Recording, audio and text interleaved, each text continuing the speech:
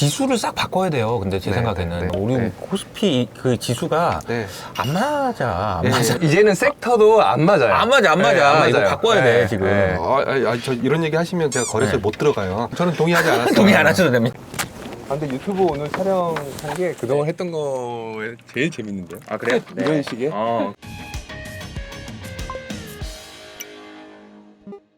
그럼 본부장님께 좀 질문을 드리고 싶은 게 액티브 ETF라는 게 어쨌든 작년에 많이 커졌다고 했어요. 근데 어떤 액티브 ETF가 있고 또 그런 액티브 ETF라는 거는 뭐 어떤 장점이 있는지 뭐 이런 것 좀 얘기해 주시면 좋을 것 같은데요. 네, 액티브 ETF는 공모펀드의 장점, 그다음에 패시브의 장점을 다 모아놨다고 보시면 될 것 같아요. 네, 그래서 그렇죠. 수수료는 공모펀드보다는 싸고, 그리고 실시간으로 매매가 가능하다. 펀드는 뭐 T+2일에 환매가 되거나 이렇게 설정도 하루 다음날 되거나 이렇게 되는데 우리는 원하는 시간에 주가를 팔고 나올 수 있다라는 거고, 가장 중요한 거는 펀드 매니저가 원할 때 포트폴리오를 교체할 수 있다라는 게 액티브 ETF의 가장 큰 장점이라고 볼 수 있습니다.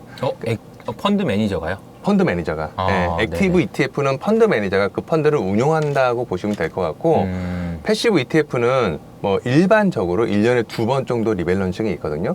6월, 12월. 그래서 그때 지수가 변동될 때 뭐가 편출되느니 편입되느니 이렇게 얘기를 하는데, 액티브 ETF는 펀더멘탈이 변화가 있거나 아니면 목표 주가에 왔을 때 그 종목을 과감히 편출하고 다른 종목으로 넣을 수 있다. 이렇게 보시면 될 것 같습니다. 그래서 그런 일반적으로 펀드 시장이 좀 요즘 많이 죽었는데 그게 액티브 ETF 시장으로 좀 오고 있다라고 보시면 될 것 같고. 펀드 시장이 얼마나 줄었어요?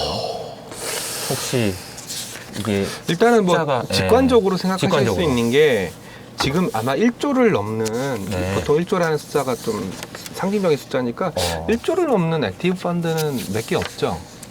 지금은 1조를 넘는 거는 거의 없다고 보시면 될 것 같고요. 국내 주식형은 계속 줄고 있고 대신에 주식형 ETF는 계속 증가를 하고 있다라고 보시면 돼요. 제가 오늘 데이터는 안 갖고 왔는데 본부장님은 근데 아까 2조 운용하신다고. 맞습니다. 그건 아웃소싱. 아웃소싱 받은 거. 펀드가 아니고 공모 펀드도 있고 사모펀드 변액에서 받은 펀드도 있고 국민연금에서 받은 펀드도 있고 여러 가지 펀드들을 합쳐서 한 2조 정도 운영. 그리고 또 우리가 보통 펀드 시장이 위축됐습니다라고 얘기했을 때는 공모 펀드를 주로 공모펀드. 공모펀드라는 건 우리가 옛날에 뭐 M사가 얘기했던 그 뭐 인사이트 펀드 뭐 이런 것처럼 개인들이 가가지고 사주세요 이런 거 말하는 거잖아요. 예전에는 펀드 가입을 개인들이 많이 하셨는데 최근에는 직접 주식시장에 참가하셔서 주식을 사기도 하시고 또 ETF를 사기도 하시고. 나도 할 수 있어 그런 느낌이에요. 야나두인가요? 제가 오늘 점심 때 그 대학생들하고 점심 먹으면서 물어봤어요. 오늘이 그날이었나요? 구독자들 중에서 대학생들 뭐 이렇게 몇 분 모시고 얘기를 했는데 펀드 가입하냐고 물어봤더니 아무도 가입을 안 한다고 하더라고요. ETF는요? ETF는 하더라고요. 그러니까 요즘은 트렌드가 다 ETF로 바뀌는 것 같아요. 적어도 내가 어느 매니저를 해야 된다. 그러니까 오늘 내가 지금 사는 게 눈에 보여야 되고 파는 것도 눈에 보여야 되고 수수료도 뭐 없었으면 덜 했으면 좋겠고 뭐 등등이죠. 맞습니다. 그래서 딱 중간이 액티브 ETF예요. 그죠? 공모 펀드는 자기가 가입을 할 때 이 펀드가 어떤 포트폴리오 갖고 있는지 모릅니다. 보통 완전 맡기는 거지. 한 달 전 것만 이제 공시가 보여주기 때문에. 근데 ETF는 실시간으로 자기가 어떤 종목에 투자하고 있는지 다 보여주니까 훨씬 더 선명성이 높은 거죠, 투자할 때. 액티브 ETF의 최근 사례 하나 말씀드리면 오스템 임플란트 기억나시죠? 네네네. 오스템 임플란트 사태가 터졌었고 또 오스템 임플란트가 저도 이제 분석을 해보니까 좀 실적이 따박따박 찍히는 헬스케어 업종의 대표 주자다 보니까 굉장히 많은 매니저분들이 펀드들이 선호하셨어요. 그래서 액티브 ETF, T사 액티브 ETF에도 오스템 임플란트가 많이 들어가 있었거든요. K 컬처 ETF였는데 그러니까 바로 이제 그 사건이 터지고 나서 바로 상각을 해버리더라고요. 기준가를. 그러니까 이제 오스템 임플란트의 가격을 바로 상각. 30-40% 정도 상각을 해서 결국 기준가를 구하는 거죠. 결국은 이제 이거는 액티브 ETF니까 가능하지 않았을까 뭐 이런 생각을 좀 했었어요. 예, 만약에 그냥 우리가 일반적인 펀드였고 우리가 이 종목을 들고 있는지 안 들고 있는지도 사람들도 잘 모르고 왜냐하면 3개월 뒤에 공표되니까 좀 더 투명한 거네요, 확실히. 예, 그러면서 이제 저는 액티브 ETF가 등장하면서 와 투자 문화도 이제 책임감 그리고 이제 내가 이제 내 패를 까는 거니까 뭐 좀 약간 어떻게 보면은 좀 굉장히 신속한 의사결정 이런 것들이 저는 액티브 ETF의 장점이 되었다라고 생각을 하고 있고요. 그래서 이 방송을 보시는 분들 액티브 ETF들을 보실 때에는 그 ETF 이름 맨 끝단에 액티브라고 붙어 있습니다. 네, 액티브라고 붙어 있는 게 액티브 ETF고요. 액티브 ETF와 패시브 ETF의 차이점은 패시브 ETF는 기초 지수를 제가 아까 뭐라고 말씀드렸었죠? 오버웨이트, 언더웨이트보다는 그대로 쫓아가는 게 가장 목적 자체가 목적이고요. 너 지수만 똑바로 따라해. 뭐 딴 생각하지 말고 이런 거고. 그리고 액티브 ETF도 지수가 있긴 있어요. 저희는 보통 비교 지수 또는 레퍼런스 지수라고 얘기하는데 이거를 코릴레이션 70%죠. 상관계수 70%를 유지하게끔 법으로 되어 있기 때문에 30% 정도 매니저의 재량권을 가지고 매매를 할 수 있다 이렇게 보시면 될 것 같아요. 그래서 제가 맨날 하는 게 뭐냐면요, 우리 그 범진이 형님이 레퍼런스 지수 대비해서 오버웨이트한 종목이 뭐냐. 레퍼런스 지수가 만약에 코스피면은 LG에너지 솔루션이 한 5% 정도 차지하는데 LG에너지 솔루션을 7% 들고 있는 거다. 그러면 우리 서범진 본부장님은 LG에너지 솔루션을 좀 오버웨이트했구나. 또는 LG에너지 솔루션이 5%인데 더 좋아하시는구나. 3% 들고 있거나 안 들고 있다. 그러면은 안 들고 있구나. 또는 뭐 아까 방금 말씀드렸던 T사, 뭐 사모펀드의 대표주자지 않습니까? 아마 모든 사람들이 T사가 어떤 종목을 들고 있을지 궁금해하실 텐데 그럴 때는 T사 액티브 ETF를 까보세요. 까보시면은 간단하게 T사가 어떤 포트폴리오 갖고 있는지. 우리가 이제 시험 준비하기 전에 족보를 보잖아요. 그러면 비슷한 거죠. 내가 어떤 종목이 좋을까라고 생각하기 어려울 때 들어가가지고 그것도 활용할 수 있는 방법. 체리 피킹인데 약간 그거 알려줘도 되는 거예요? 가가지고 이거 서범진 본부장 이거 종목 좋아하고 있었네. 이거 딱 다 보인다는 얘기잖아요. 우리도 이제 홈페이지에 들어가 보면. 맞습니다. 약간 좀 떨리시는 것 같은데. 알겠습니다. 그런 것도 활용할 수 있다라고 얘기를 해주신 건데. 서범진을 까발려 준다. 뭐 이런 것들도 얼마든지 1시간 내내 이제 우리 뭘 샀고 뭘 팔았고 언제 뭘 샀고 언제 뭘 팔았고. 데일리로. 그렇죠. 야, 무서운 세상이 왔습니다. 힘들어진 거죠, 우리는 그냥. 그죠? 근데 저는 오히려 더 고객들하고 소통할 수 있고 고객들이 이 포트폴리오를 보고 들어오거든요, 요즘은. 그렇기 때문에 들어온 사람들은 이 포트폴리오를 마음에 들었기 때문에 들어왔다고 생각을 하기 때문에 저희는 오히려 공모펀드보다는 액티브 ETF 운영하는 게 고객들과 소통 면에서는 훨씬 더 낫다라고 그게 설명할 필요가 없겠네. 야, 이거 뭘 들고 있었길래 수익률이 왜 이러냐. 그게 아니고 어제 다 올려놨어요. 보세요. 이렇게 되는 거니까. 맞습니다. 펀드는 이 펀드가 뭘 지향하고 어떠한 류의 종목에 투자를 하겠다는 거를 설명을 해드려야 되는데 액티브 ETF는 이름에 대충 다 어떤 종목에 투자하겠다는 게 다 들어가 있습니다. 뭐 미래차, 신재생 에너지, 메타버스 그렇기 때문에 거기에 또 종목들을 실시간으로 볼 수가 있기 때문에 고객들이 나는 그럼 메타버스 뭐 미래차 이게 좋아서 이 포트가 좋으니까 돈이 잘 들어왔다 이렇게 보시면 될 것 같아요. 제가 그럼 여기서 좀 서범진 본부장님한테 질문을 좀 드리고 싶은 게 아까 이제 얘기해 줄 때 길고 가늘고 길게 가려면 너무 이렇게 베팅하지 않고 이렇게 하는 거에 대표적인 반대편에 있는 거를 아크 인베스트먼트를 얘기를 해주셨고 근데 사실은 이제 액티브 ETF로 지금 설정되어 있는 그런 펀드들의 팀 그러니까 이제 그 테마가 보통 이제 아크가 좋아할 법한 그런 성장주에 있는 거 아닌가? 그런 생각이 좀 들긴 하거든요. 그래서 어떤 ETF들이 있고 하는지 그래서 이제 그런 장단점들이 좀 있을 것 같아요. 작년에 국내에서 가장 많이 팔렸던 ETF는 뭐 코덱스 타이거 할 거 없이 메타버스가 많이 팔렸고요. 근데 메타버스는 사실 밸류에이션이 조금 높은 종목들이 많이 들어가 있습니다. 미국도 뭐 그렇고 국내도 그렇고 그게 이제 금리 인상, 인플레이션 상황에서는 좀 안 좋은 상황이기 때문에 최근에 조정을 받는다고 보면 될 것 같고 근데 뭐 미래차라든지 뭐 자동차와 관련된 그리고 에너지와 관련된 그리고 뭐 혁신 기술, 뭐 혁신 기술, 뭐 또 ESG와 관련된 액티브 ETF를 낸 운용사들도 있기 때문에 꼭 성장주 쪽에 오리엔트돼 있다라기보다는 그 테마에 맞는 종목들을 편입을 시켰다라고 보시는 게 좋을 것 같아요. 저도 뭐 액티브 ETF에 대해서 한 말씀만 거들면 네. 저도 상품을 만들면서 와, 이 종목들을 지수화하기가 너무 어려워요. 예를 들어서 우리는 드림 항상 우상향 드림? 45도 각도 이게 우리의 목표지 않습니까? 목표 아니신가요? 그렇죠. 네, 그러려면은 우상향. 종목을 테마라고 얘기를 바꿔볼게요. 45도 방향으로 올라가는 테마는 없어요. 그렇죠. 절대 없어요. 그런 테마 있으면 제가 삼성전자 안 왔죠. 그러니까 항상 굴곡이 있죠. 굴곡이 있을 수밖에 없다 보니까 패시브 입장에서는 어떤 룰에 의해서 지수를 만들 수밖에 없거든요. 그러니까 45도 이렇게 이걸 목표로 하기보다는 어떤 룰을 만들어 놓고 그 룰에 맞게끔 종목을 뽑을 수밖에 없는데 네. 액티브는 뭐 70%긴 하지만 어느 정도 30%의 자유도가 있으니까 그런 것들을 구현해내는 데 있어서는 오히려 액티브가 훨씬 편하거든요. 네. 특히나 뭐 예를 들어서 미국 종목들 이거 정말 모르겠더라고요. 한국 종목들도 막 룰 베이스로 종목을 뽑아내기가 어려운데 미국 종목, 중국 종목, 인도 종목, 막 대만 종목 이렇게 가버리면은 이거를 룰 베이스로 뭐 어떤 예를 들어 똑같은 메타버스인데 대만 메타버스 이러면은 어떤 종목 생각나시는 종목 있나요? 저는 TSMC밖에 기억이 안 나는데 그러니까 이러다 보니까 그런 것들은 액티브 ETF한테 맡기는 거죠, 저희는. 그렇군요. 예. 그리고 액티브 ETF가 통할 수 있는 또 테마들이 있는데요.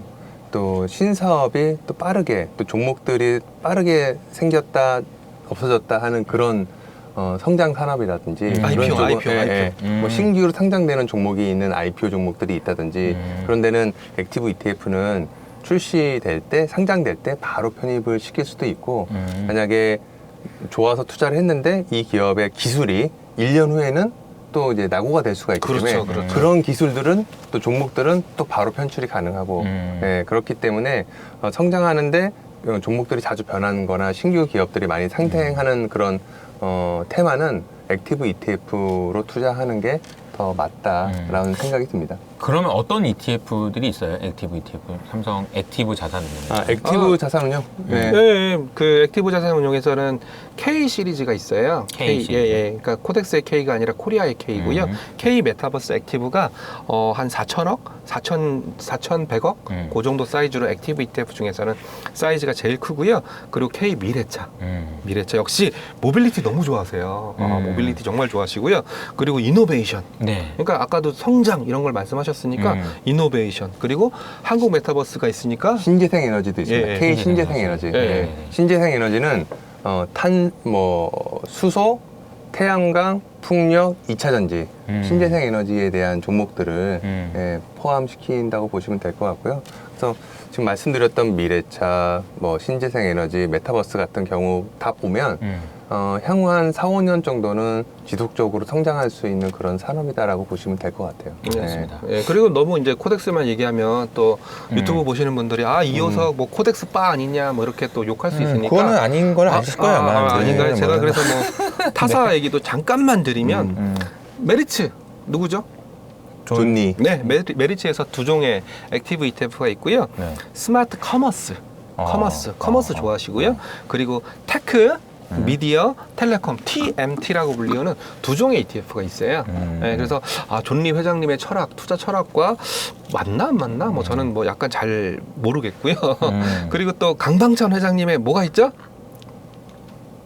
에세플러스. 에세플러스 같은 경우에는 플랫폼을 너무 좋아하세요. 플랫폼, 글로벌 플랫폼, 맞아요. 코리아 플랫폼.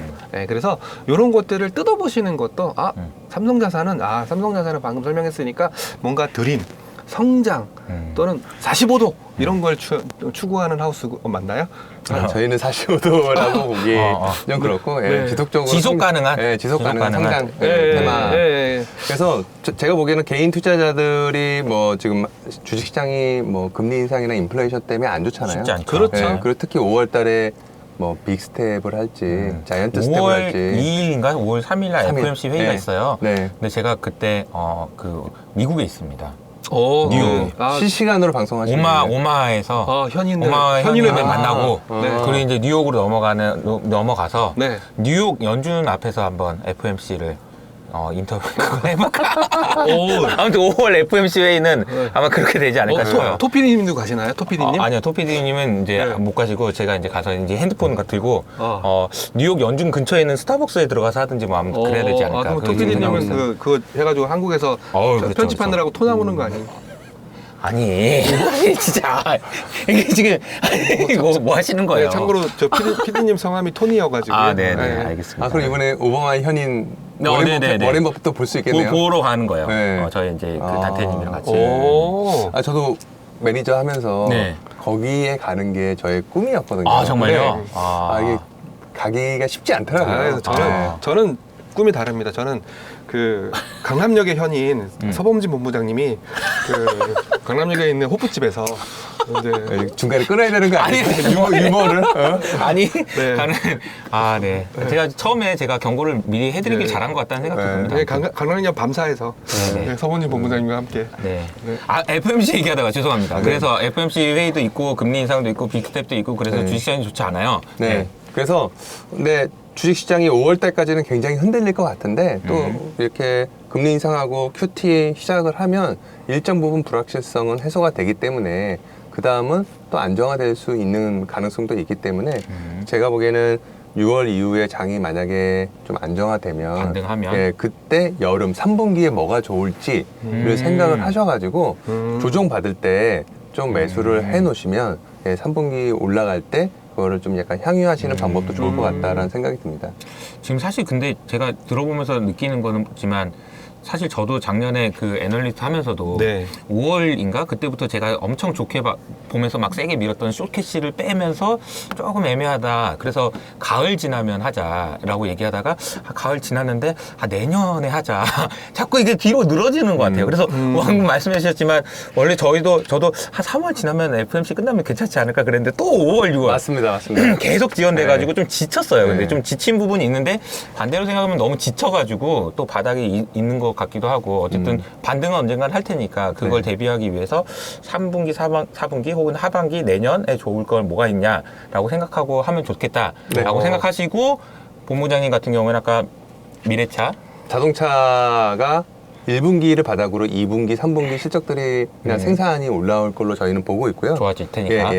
그리고 에너지 쪽에서도 러시아의 석탄이나 석유를 못 쓰고 가스를 못 쓰기 때문에 뭐 조선 발주, LNG선 발주를 낸다든지 그래서 친재생 에너지에 대한 관심도 앞으로는 좀 좋아질 걸로 보고 있고 또 하나는 리오프닝 이거는 뭐 여름부터는 뭐 해외에 많이 나가실 거고 그럴 거기 때문에 벌써부터 수영복 만드는 회사가 조금씩 오르더라고요.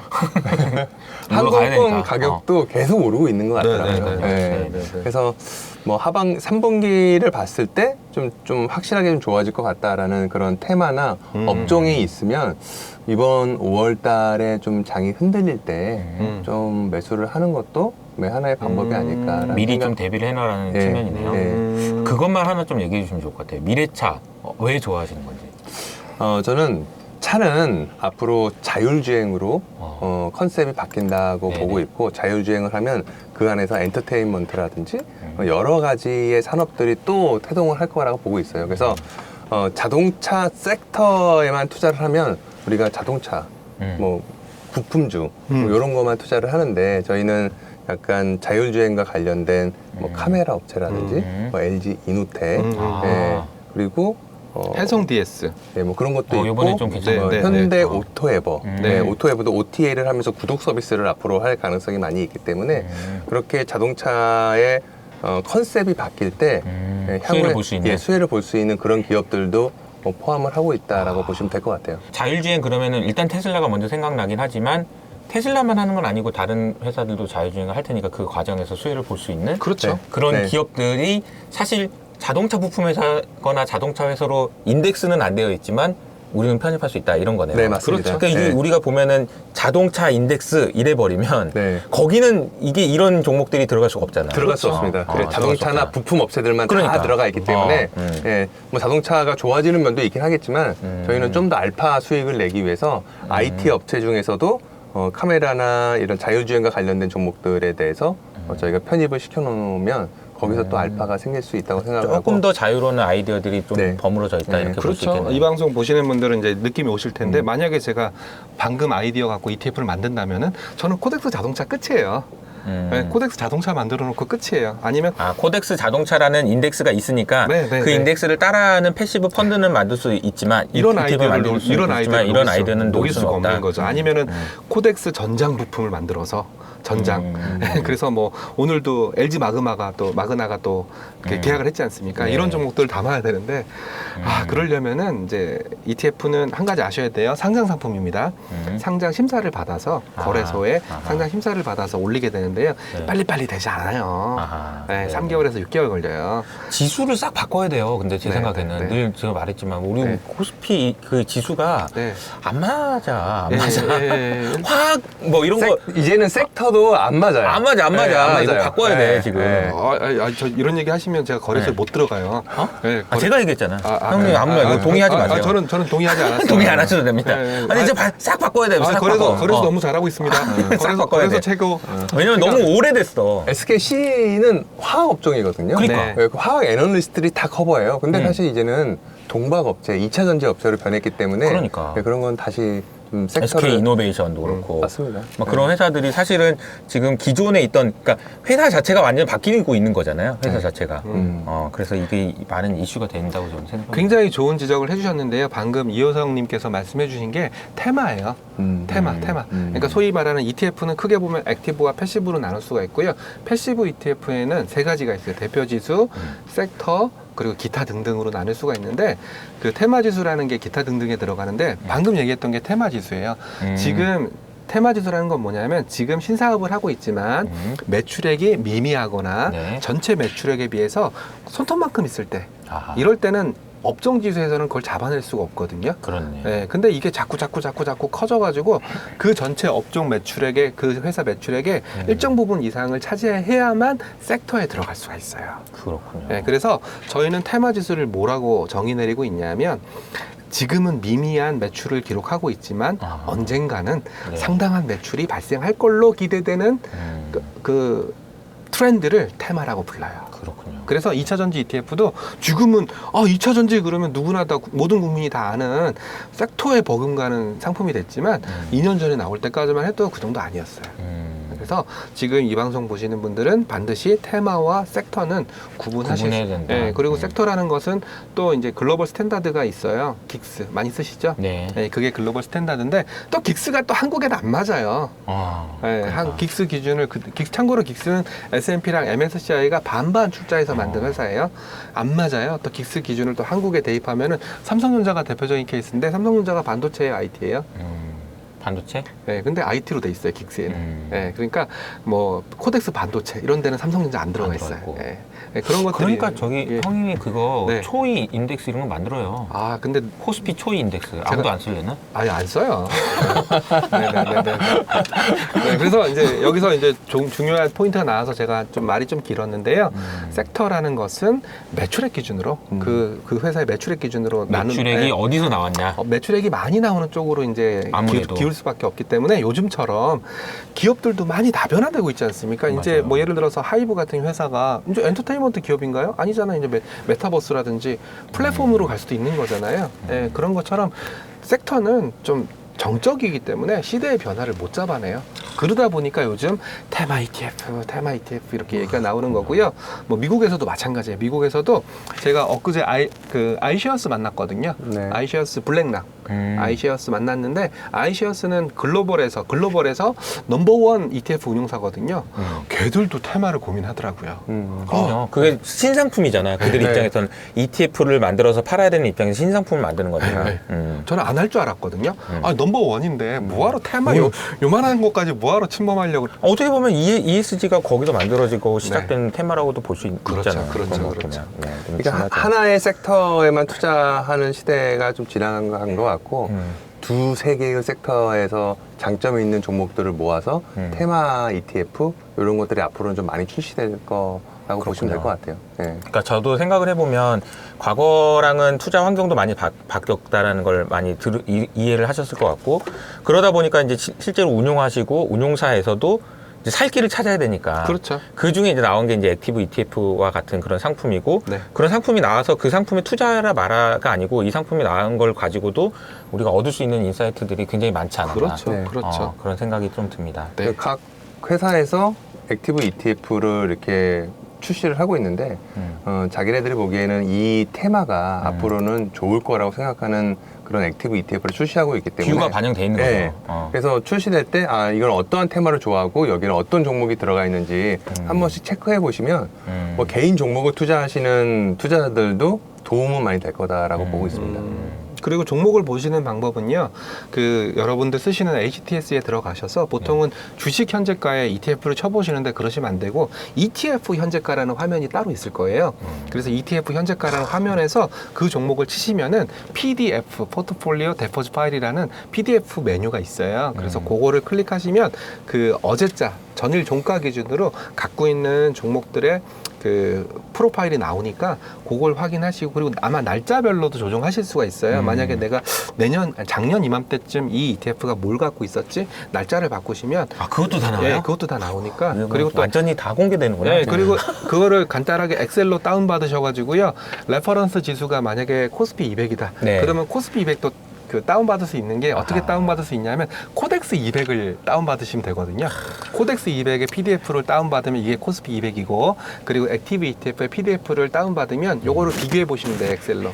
네, 그러면은 어떤 게 오버웨이트, 어떤 게 언더웨이트 이런 걸 아실 수가 있으니까 엑셀 몇 번으로도 이런 훌륭한 펀드 매니저의 노하우를 쏙쏙들이 다 훔쳐갈 수 있으니까 뭐 충분히 활용하시면 좋을 것 같습니다. 액티브 ETF를 그런 식으로 매일 트래킹을 하면 종목을 바뀌는 거를 알 수 있잖아요. 네, 그래서 자기가 부지런하게 그거를 트래킹하면은 이 펀드 매니저가 어떤 종목을 신규로 담고 있는지, 어떤 종목을 좋아하는지 읽을 수가 있네. 네, 읽을 수 있습니다. 그 한 시점만 안다고 하면은 다음에 어떻게 바뀔지도 모르고 이런데, 이건 매일 바뀌니까. 그렇죠, 그렇죠. 도대체 딴 짓을 못 하겠네요. 딴 짓을, 이상한 짓을, 그죠? 예. 그리고 저는 더 나쁜 짓 하고 있는 게, 더 나쁜 짓? 예, 무슨 짓을 하고 있냐면요. 뭐 예를 들어서 넷플릭스가 주가가 좀 많이 빠졌지 않습니까? 오늘 많이 빠졌죠. 넷플릭스 들어간 ETF를 찾아요. 예, 넷플릭스 들어간 ETF 찾아서 넷플릭스 담고 있네. 진짜 못하네. 뭐 이런 식으로. 이것도 예측을 못했어? 그거 어떻게 예측해요, 그거는? 안 되겠네. 미국은 그게 안 되더라고. 예. 미국은 그게 안 되니까 25% 빠지는 거야. 그런 거예요? 맞습니다. 알고 있었으면 네. 5%만 빠졌겠지. 그러면 욕은 하지 않겠습니다. 미국 시장은 실적 발표가 나면 그게 주가에 반영이 됩니다. 네. 그래서 그러니까 실적 예측을 하는 게 되게 중요하더라고요. 그러니까 그거를 자기 나름대로 로직을 가지고 예측하는 게 알파 내는데 되게 중요한 수단이겠더라고요. 왜냐면 실적 발표 나오면 그냥 투명하게 움직여. 맞습니다. 서프라이즈가 나면 막 급등하고 쇼크 나면 급락해. 근데 우리는 조금 안 그래요. 우리는 조금 안 그래. 우리는 실적이 좋을 것 같다고 미리 프리뷰가 나오잖아요. 그러면 주가가 미리 올라요. 이렇게 실적 발표 전에. 저 그때 가이던스는 어떤 역할을 해요? 우리나라? 가이던스도 역할을 미국? 우리나라. 우리나라는 가이던스 주는 회사가 그렇게 많지 않죠. 그리고 가이던스는 못 지키는 경우가 되게 많이 있기 때문에 자기의 희망치를 준다고 보면 되니까. 내가 프리뷰 줄 때 리포트들이 계속 나올 때 주가가 오르고 맞아. 실적이 딱 잘 나오면 그때부터 빠지는 경우도 있더라고요. 그래서 한국이 주식 투자하기가 쉽진 않아요. 쉽지 않아요. 그런 얘기까지 또 하게 됐네요. 그럼 ETF로 투자하세요. 개별 종목 너무 어려워요. 그냥 ETF로 하시고요. 요즘에 그러니까 뭐 여러 가지 방법들이 있다라는 거를 오늘 얘기를 한 것 같습니다. 오늘 좀 어떠셨나요?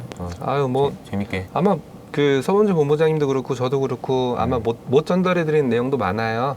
뭐 제가 뭐 꿀팁이라고 몇 개 말씀드리긴 했는데 이거는 그냥 에브리바디 누구나 다 알 수 있는 내용들이어서 그거 외에도 뭐 여러 가지 뭐 저는 이제 시장 전망을 하지 않지만 그래도 뭐 패시브 관점이니까 뭐 좋아 보이는 그런 것들이 좀 있긴 있거든요. 그래서 뭐 얘기 안 했어요. 빨리 얘기. 안 결론만 돼요. 얘기해. 안 돼요.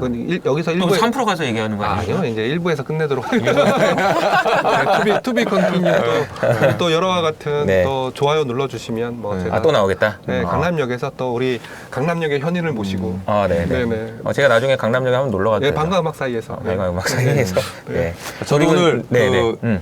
액티브 ETF 위주로만 설명을 드렸는데 그렇죠. 사실 뭐 저는 이제 액티브 펀드를 뭐 한 20년 넘게 운용을 해왔기 때문에 뭐 다음에 뭐 기회가 되면 뭐 네. 주식시장에 대한 관이라든지 뭐, 어떻게 접근하고 계신지 그런 뭐 주장하고 노하우 같은 계신지. 거, 뭐 그런 것들도 뭐 말씀드릴 기회가 있으면 나중에 네네. 찾아와서 말씀드리도록 네, 하겠습니다. 그리고 저도 이제 관 얘기했으니까 요즘 관에 들어가신 분들이 너무 많아가지고 아이고. ETF 또 중에서 나왔네, 또 나왔어. ETF 중에서도 주가가 너무 많이 빠져가지고 지금 관짝까지 내려가고 이제 밑바닥까지 가려고 하는 것들도 있어서 뭐 나중에 위로의 말씀을 위로의 전하시는 말씀 건가요? 특히 뭐 항생테크 이런 것들은 와 저도 참고로 저희도 항생테크가 있지만 참 중국은 어렵다. 한국도 어려운데 중국은 더 어렵다. 그러니까. 왜 주가 좀 오를만 하면 규제 때리고 주가 오를만 하면 미국이랑 싸우고 와 참 그렇습니다. 네. 어려운 환경이에요. 그래서 참 지금 보시는 분들도 그렇고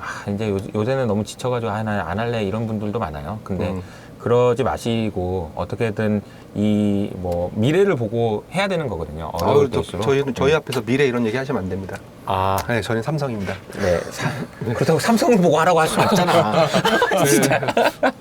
알겠습니다. 네. 오늘 시간 내주셔서 감사드리고요. 네. 지금까지 이효석 아카데미였습니다. 감사합니다, 여러분. 네, 감사합니다. 감사합니다. 예.